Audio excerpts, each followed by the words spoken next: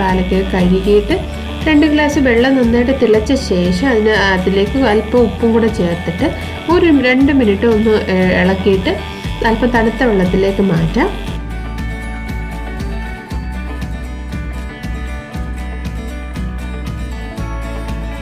തണുത്ത വെള്ളത്തിലേക്ക് മാറ്റിയിരിക്കുകയാണ്.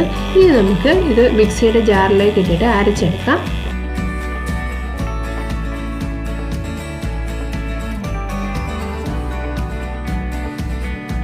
പാലക്കിൻ്റെ ഇലയുടെ കൂടെ 1 സ്പൂൺ പുതിന ഇലയും 2 പച്ചമുളകും 1 സ്പൂൺ മല്ലിയിലയും കൂടെ ചേർക്കാം.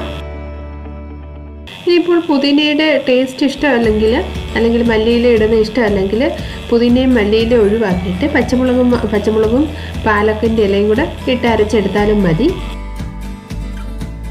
1 ടേബിൾ സ്പൂൺ വെള്ളം ഒഴിച്ചിട്ട് നന്നായിട്ട് അരച്ചെടുക്കാം. ഇനി നമുക്കൊരു സവാള ചെറിയ പീസായിട്ടൊന്ന് കട്ട്